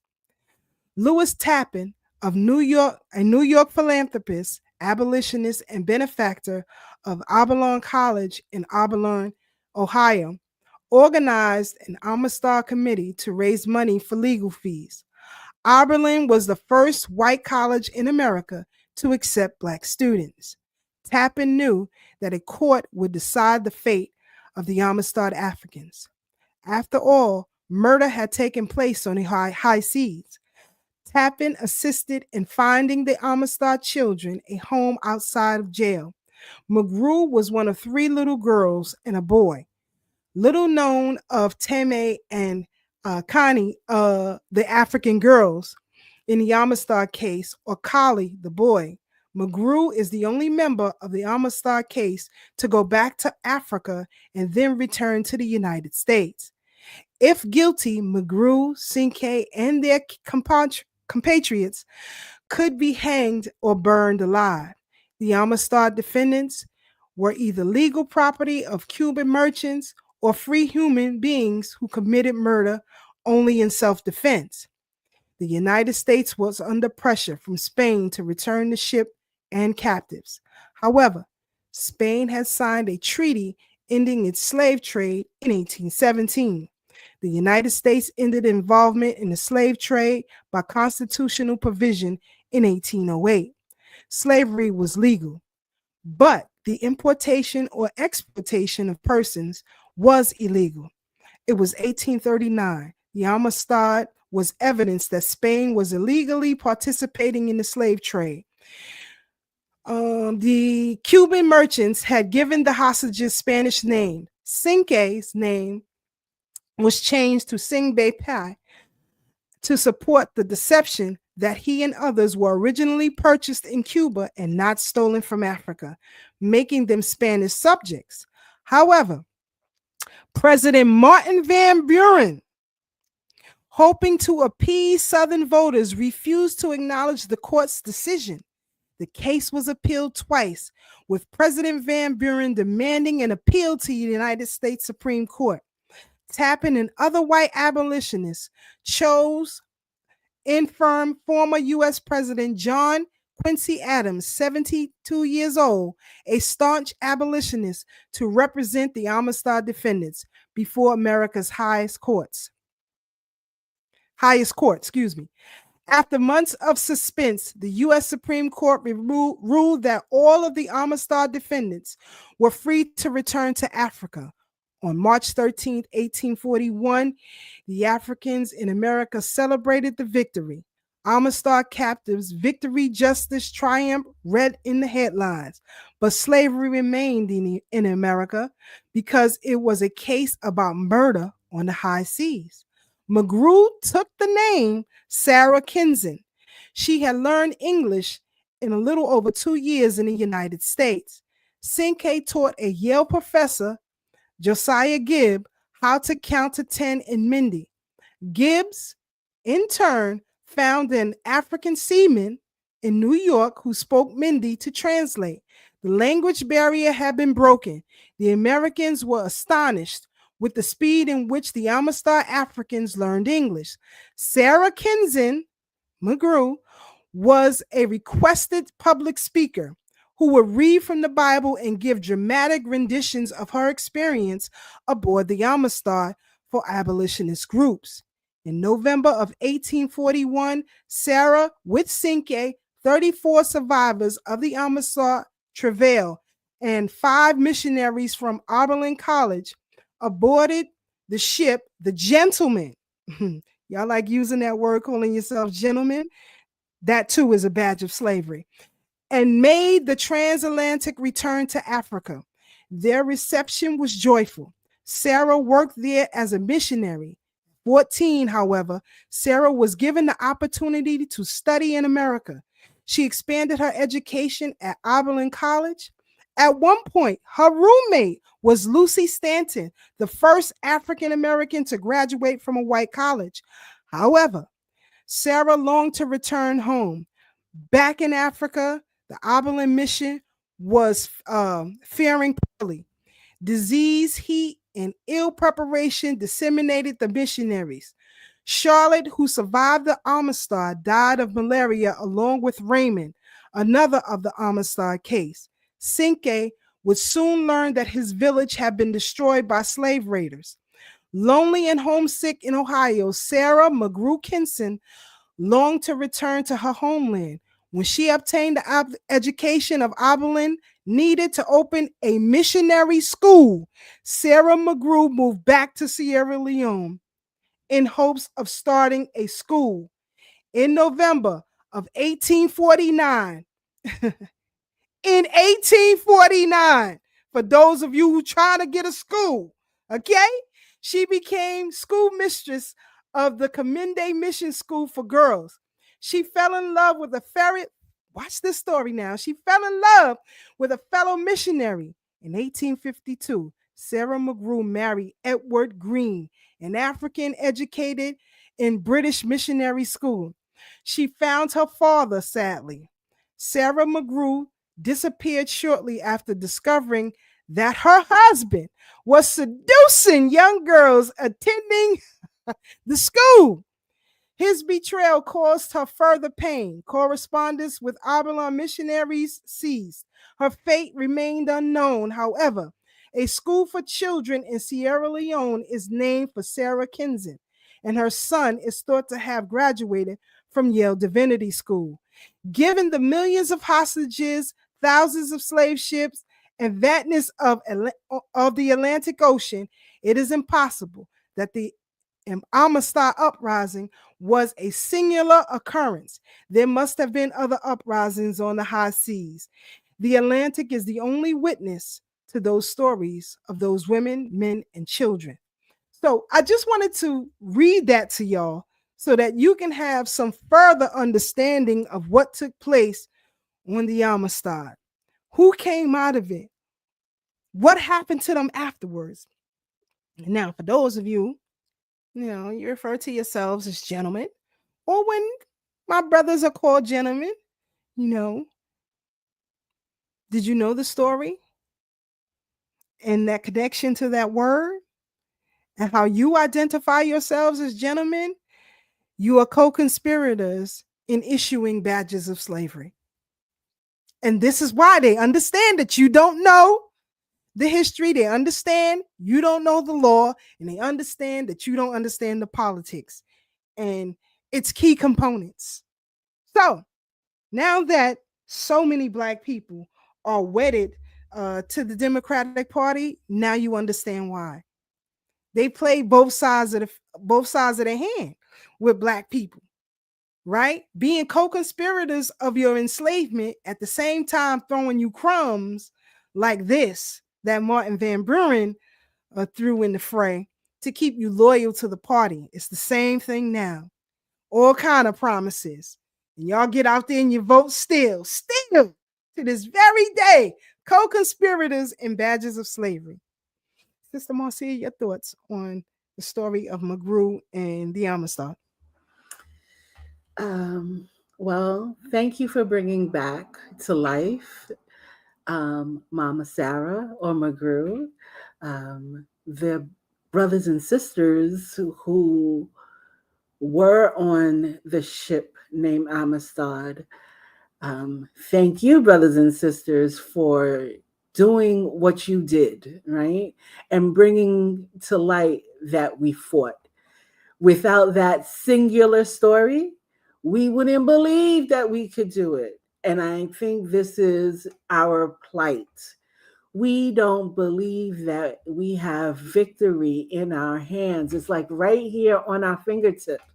We don't believe that we have access to it because we've never seen it. And because we don't tap into our imaginations. That is a dormant skill, especially for Black people.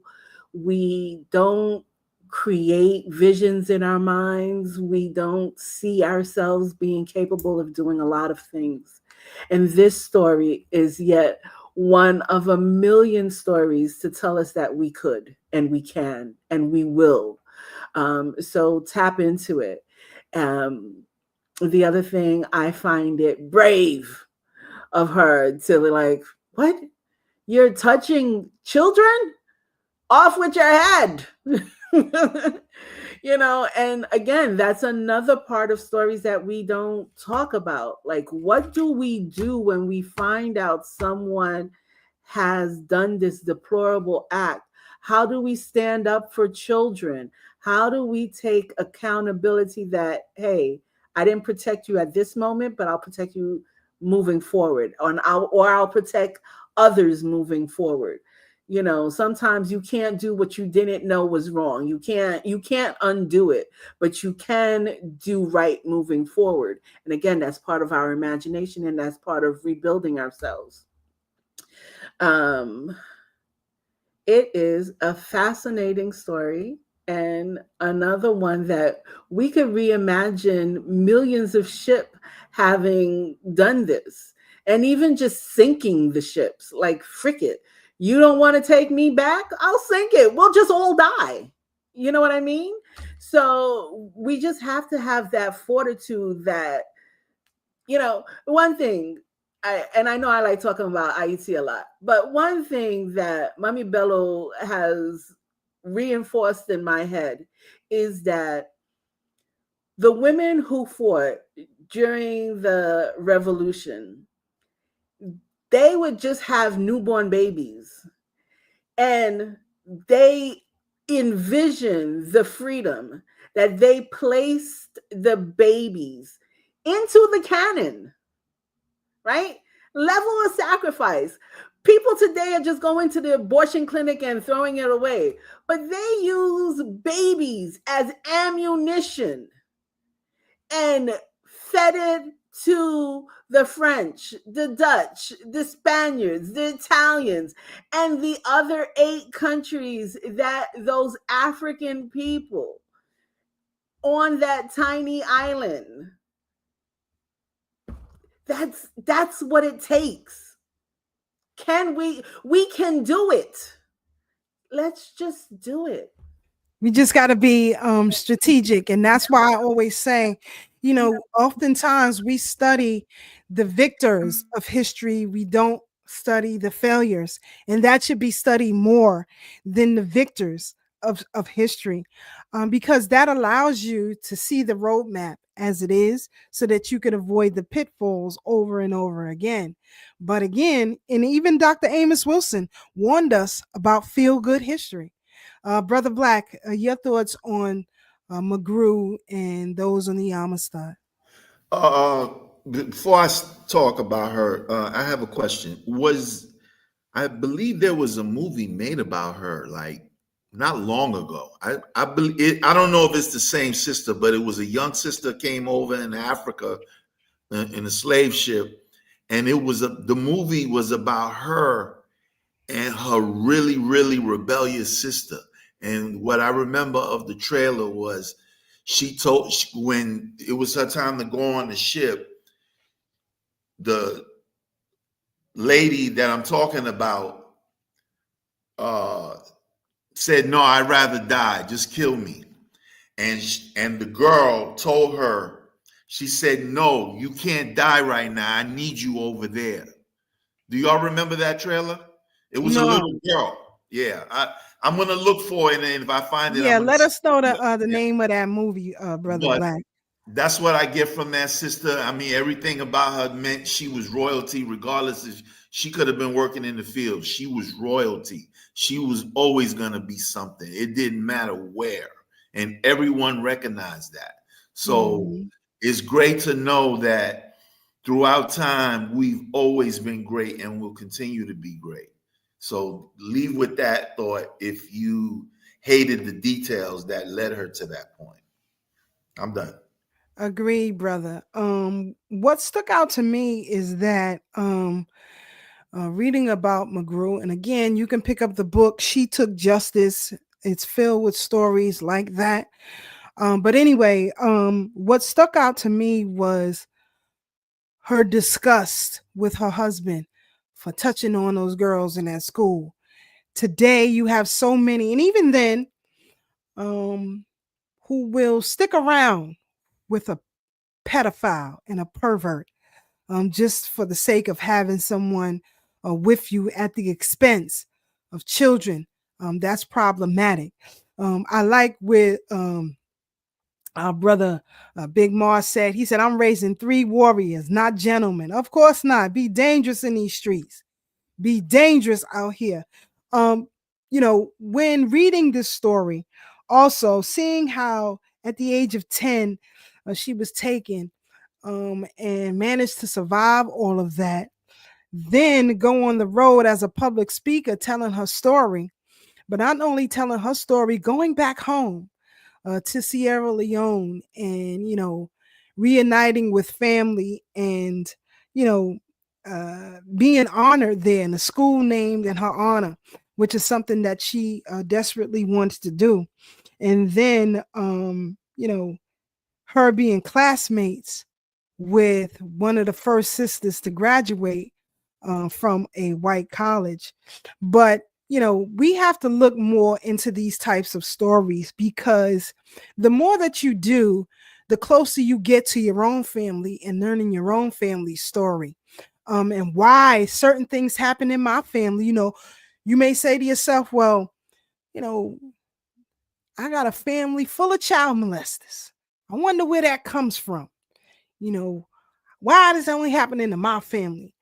Look through the line and see what's taking place with your own. We have to uncover a lot more of these stories and make, as Sister Aruba says, part of the daily lexicon in our conversations. Because today, you have so many women who are out here suffering with BBLs and all kind of stuff. And let me play this clip and we'll come right back and we'll discuss it. You know, let's listen to Brother Reza Islam and we'll come right back, family. Here we go. Remember how the Europeans were studying a woman by the name of Sarah Bartman. Yeah. Remember this. To all the sisters who are either getting BBLs, considering getting them, or already have them, please study Sarah Bartman, the Venus Hottentot, who the Europeans were experimenting on and studying her body because they were trying to figure out why her buttocks, her gluteus medius and maximus, her butt was so big. Still had her body in the museum in Paris until the early 2000s. Then they brought her body back to Africa to bury it. They put her body in a museum. They were experimenting on this black woman, looking at her body, and it was so bad they would put her in the traveling circus, then into the underground orgy market all over Europe, and they would use her body as an aphrodisiac. So when they would have these orgies, they would walk up in on a line and touch her vagina and ooh, get tantalized and walk over there and start having sex in the corner. And oh my God, that's what they did with her. Now you do it willingly. Sarah Bartman is who y'all are following. Shout out to Dream Doll, who just came out and said, I'm tired of this surgery and keeping up these BBLs. I want to get all of this removed. Shout out to Black China, who said, I'm no longer interested in this. I'm getting all this removed. She didn't just say it. She put on her whole journey on camera and showed the whole world, listen, I'm getting these fillers. She said, I got to get all this stuff taken out. And injections everywhere. It's injections. I got to get it taken out. Because you can get sick, you can die. I haven't had any crazy complications since I got it. I got it when I was 19 years old. But now I'm moving here in life. So I want this out of my ass so I can grow. So will you ever do any more surgery, any more fillers? You're done. I'm done with it, y'all. You're done. I'm done. I'm done. Shout out to K. Michelle. She got 13 surgeries to remove what happened to her body as a result of these surgeries, and a whole lot of other sisters who haven't come out publicly yet. The surgeries that were the 13 surgeries were for the silicone. I had them back to back and I still have 2 more to go and I have holes and dents in me. So you went to a proper surgeon. Now, how much have you spent on proper surgery? That's been crazy. Over that surgery alone was 300. It's 300,000, and I did it, and no, and insurance doesn't cover it. I was gonna say, but doesn't cover it. So that's why I have the TV show, because I'm helping women get it out of their body. Okay. So that trend moved as far as getting the BBLs. Now the trend now is it was a wrong decision, being the #1 most dangerous cosmetic surgery in the world. Most kill rate is with that one. So a lot of these sisters are now, they coming back and they saying, you know what, I want to get back to my natural self. So I want to acknowledge them, because these are the sisters who are now going to be looked at as enemies of the other ones. And don't let them turn anybody against each other. Please always big up and show love and support to the brothers who are masculine, to the sisters who are feminine, to the sisters who want to be the natural selves, to the brothers, because a lot of y'all getting BBL abs. The hell? Say BBL trees. What's up with Miami? Ab inject, man. Get in the gym. No. Eat better. Dang. Come on now. Yeah, y'all looking at Brother Reza. Man, Brother Reza, I'm serious, but I also have to be an example of it. Because a lot of people get up here and talk. But you look at me like, bro, I like all that stuff you saying. But no, hey, we have to be examples of it. So I said I'm not just gonna walk it, but I'm gonna talk it. So I had to mention all that, brother, because you know that's something that's needed. You know, just love yourself, y'all. Seriously, we love our sisters, love our brothers. There are enough of us doing good, sisters and brothers out here. Promote those. Stop following the people who are just dumping their trauma on everybody, and promote the ones who show love in the midst of their trauma. They're like, yeah, black men hurt me, but not all black men. That's right. Yeah, black woman hurt me, but not all black women. So I love y'all. That's right. And I think our people will continue to love each other if we promote that side more. For sure. Remember how the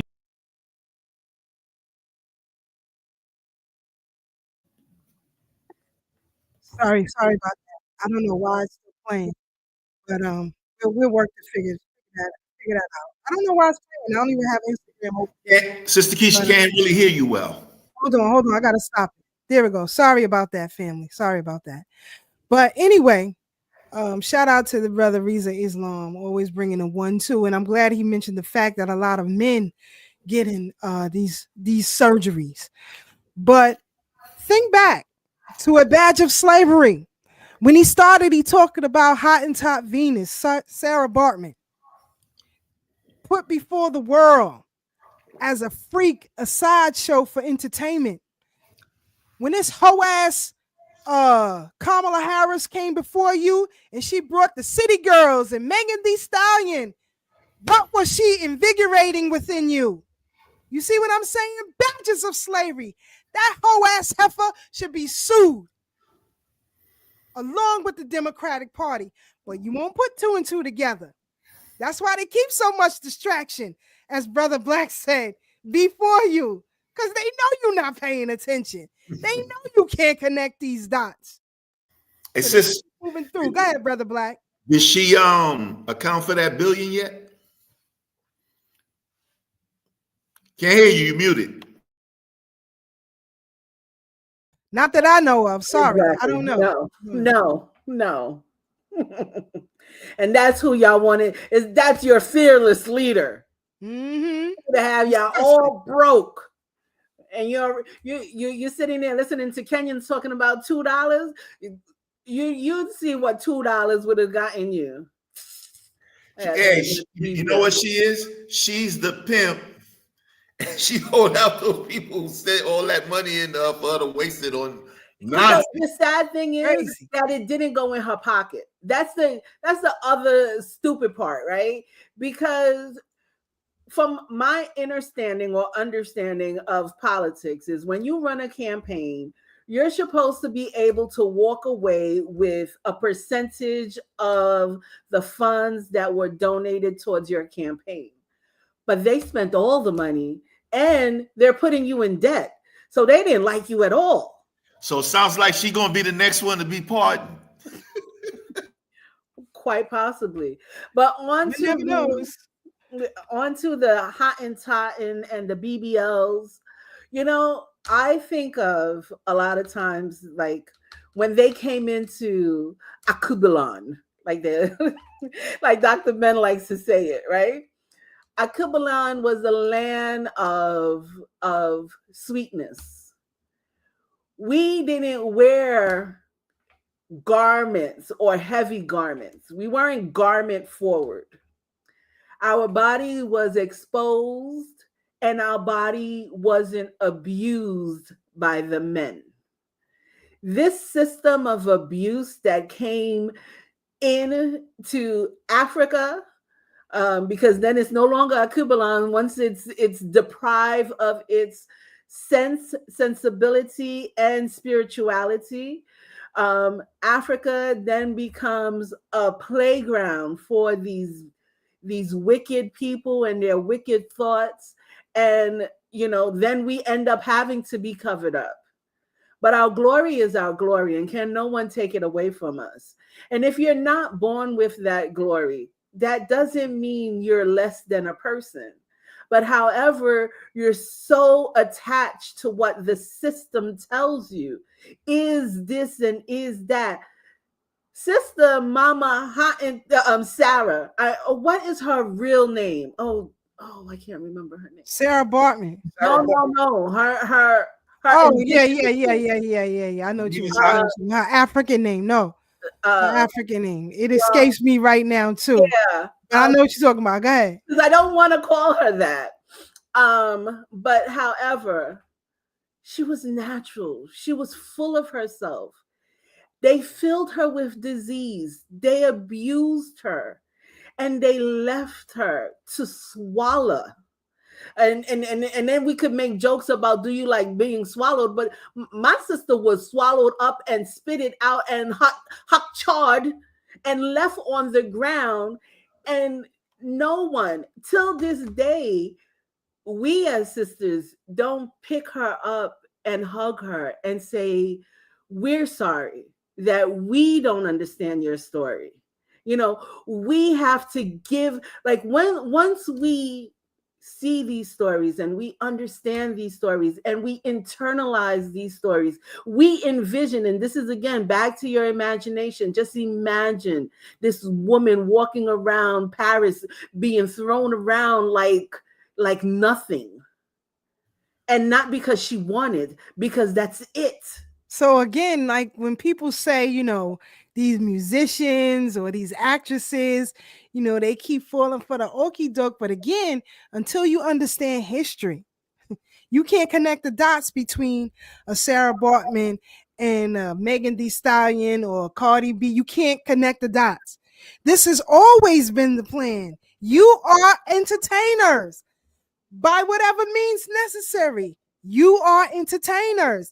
This is why they push that. You know, I was looking at a clip earlier. The brother said it's easier to be a basketball player than an architect. You know, this is crazy. And speaking of that, and it's not. Let's mention our brother, Dr. Vincent Eugene Allen, first African American to own urgent care chains in the U.S. Let's clap it up for the brother right there. Let's clap it up for the brother right there. Yes, Sarjay Bartman. Sarjay. That's her name. Thank you, Dr. Filet. Thank you, Mama Filet. But we got to big up when our people are doing great things. So let's remember Dr. Vincent Eugene Allen and all emerging cares. You know, I don't know if you've ever been to one of his facilities, but you never know. You never know who's behind what. And speaking of the month of December, I wanted to have us remember Fred Hampton and Mark Clark, these two courageous leaders who lost their lives, had their lives cut short, 21 and 22 years of age, fighting for our liberation. And we honor these young warriors, generals in the war. But it's a gift and a curse because we are so tunnel vision as far as what warriorship is and how a war is and what it all takes to get done. We look for the one. We're always looking for the one, the Malcolm, the King, you know, the Fred Hampton, the Nat Turner, always looking for the one when you are the one. You are the one. So we want to remember those brothers as well. So, family, we are coming down to the end of our program this evening. But before we do, I wanted to show you a historical piece here. And then we'll come out and we'll have our final thoughts and comments for all my vanilla lovers out there. Here's a bit of history for you. Going to blow your mind? A 12-year-old boy changed the world of vanilla forever. Let's rewind to the year 1841. Meet Edmund Albius, just 12 years old and a slave on the island of Reunion, a small island in the Indian Ocean. One day, this young genius discovered a groundbreaking method to hand-pollinate vanilla plants, a task that had baffled botanists for years. And guess what? We still use his ingenious technique today. Edmund's discovery turned Reunion into a vanilla powerhouse, making it one of the top producers in the world within just 50 years. He taught this revolutionary technique to other slaves, spreading his invaluable knowledge and changing the vanilla industry forever. As a reward for his incredible contribution, Edmund was granted his freedom and the last name Albius. But despite his monumental contribution to the world, he never saw a penny for his efforts and lived in poverty. So next time you enjoy vanilla in your ice cream, latte, or even in your favorite perfume, remember the incredible story of Edmund Albius, a young boy whose ingenuity sweetened the world, one vanilla pod at a time. Again, we want to honor those who made things possible for a lot of us. And again, he never made a penny. All these vanilla products, all these companies that produce extract and flavoring and so on and so forth, no one honors Edmund Albius. No one. Brother Black, your final thoughts and commentary. Let's get the people up out of here. It's a shame to say, though, there are a lot of people integral to any movement, and we can take this any way we wish, that the same thing happens to them. They make something happen that never happened before happen, and they just even supposedly, even though he's on the other side of what I'm talking about, Christopher Columbus died broke and basically penniless in what is now known as Italy. That was the Roman Empire at that time when he was there. So it's crazy how we can see all these things happen through time, and it's still happening as we speak. But the tide is turning, and you got to hold the line. It's coming. We talked about, I'm glad we talked about the celestial earlier, and we talked about the celebrity stuff. Everything is coming to a head if you see it all dovetailing together. There's no, it's either like the weirdest of coincidences, or it's planned purposely for the reason to distract us. So you have to use discernment to your best ability so that you can move forward with the best possible outcome for yourself, your family, and your community. So with that said, I'm not going to stay too long. I know we're almost on time, so I'm going to keep it black and keep it thorough and keep talking on this bridge until you all stay stopped or the Lord just take my last breath. Sister Marcia, peace to the family. One. Peace, Brother Black. You ain't leaving no time soon, so stop calling on it. They say what you call on is what you'll get. So I hope that's not what you're manifesting. So, brothers and sisters, this was a very enlightening show again. Thank you, Sister Keisha, for always hitting us hard with the knowledge. Remember that the only Father we have to call on to save us is ourselves. So stop looking for the pie in the sky, because we ain't got no Biden bailing us out. Remember our elders, our ancestors who died and struggled for us and left us a legacy, even if they don't tell us about it. We have to do our own independent research. Yes, as Black folks, information is hidden. They said it a long time ago. You want information? Read a book, you'll find it, or find people that reads books and represented to us, like Sister Keisha, and we're grateful for her and her due diligence in time, because she does sacrifice time. It might be a pleasure for her, but at the end of the day, it is a sacrifice that she does, because she could have been out there doing, the twerk dance with Zelensky and them. Exactly.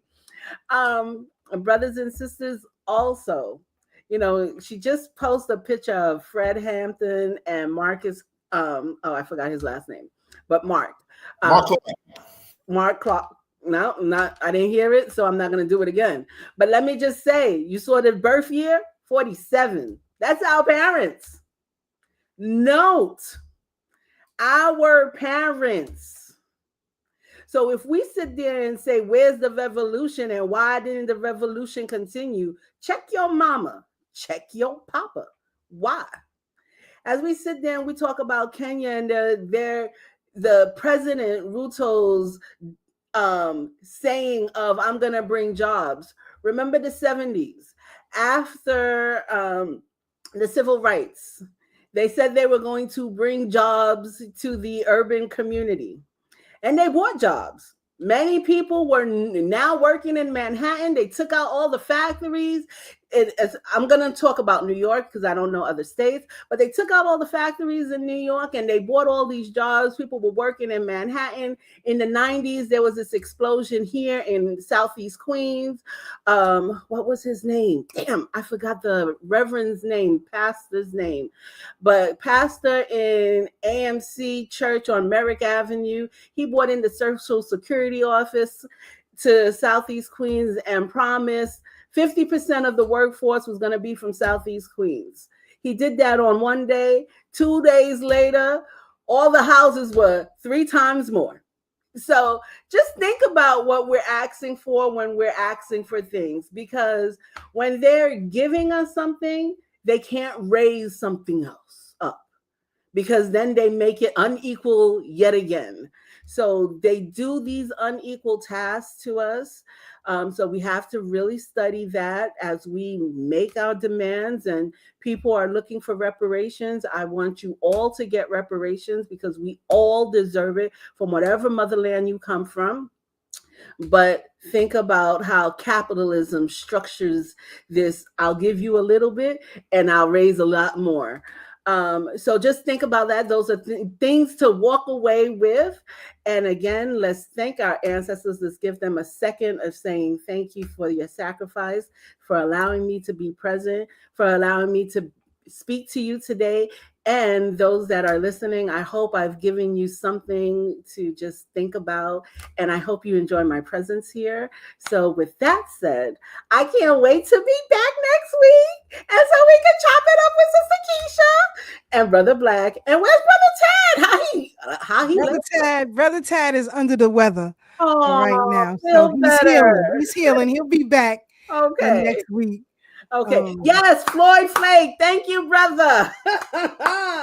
Thank you, brother. That was the pastor. He gave Queens a lot of jobs, and then they raised the houses prices, and a lot of people lost their homes at the same time. So with that said, thank you again, Third Black Talk. Can't wait to be back next Thursday on the bridge. Sister Keisha? Shout out to Dr. Falay. She says Monday will mark 43 years of Mumia Abu-Jamal being a political prisoner. We invite you to join the National Black Contingency to free Mumia and our campaign for the Nobel Peace Prize nomination.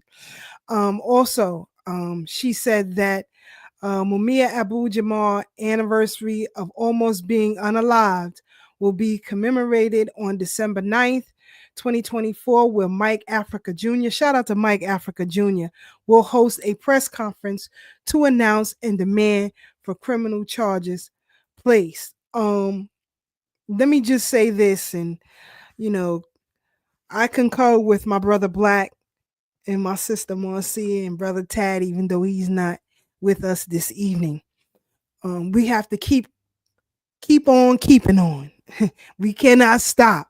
What we do, what you do, while you sitting here listening and sharing the information, you're a warrior. You're on the front lines right now. Never think that, what you do is minute, right? If you talk to any person in the military, they will tell you all components make the machine work. All components make the machine work.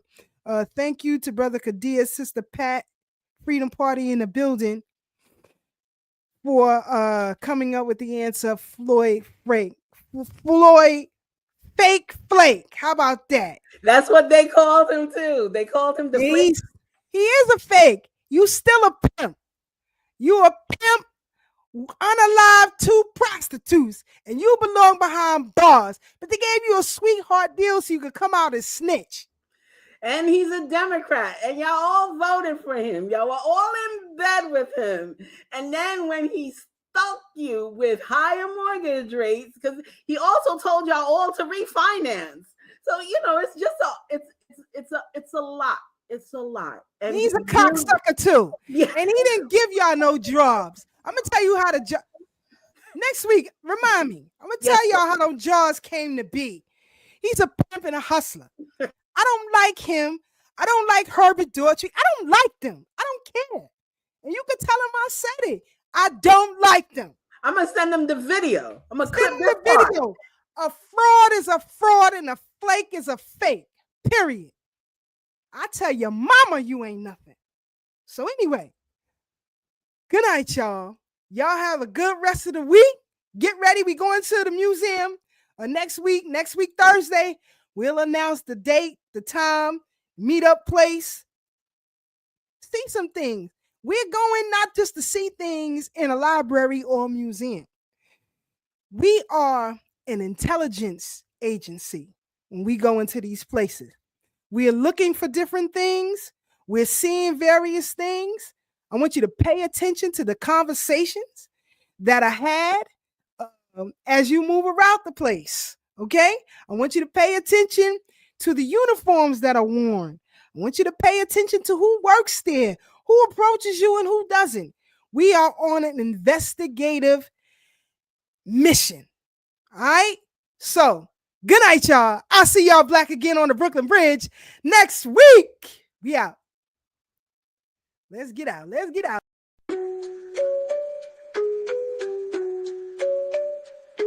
On the Brooklyn Bridge tonight, voices strong, knowledge tight.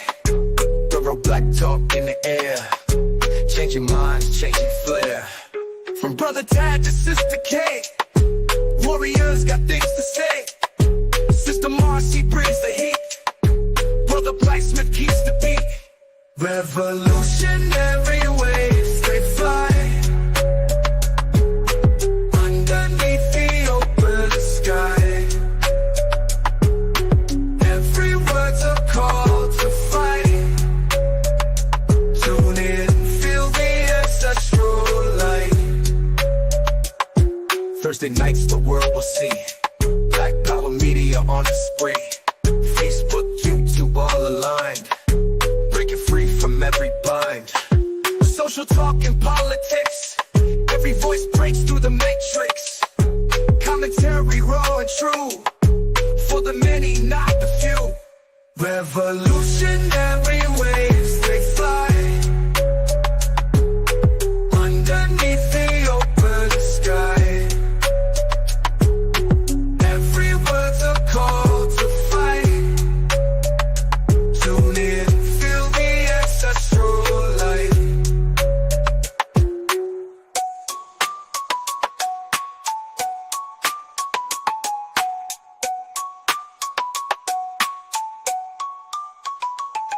Social talk and politics, every voice breaks through the matrix. Commentary raw and true, for the many, not the few. Revolutionary waves.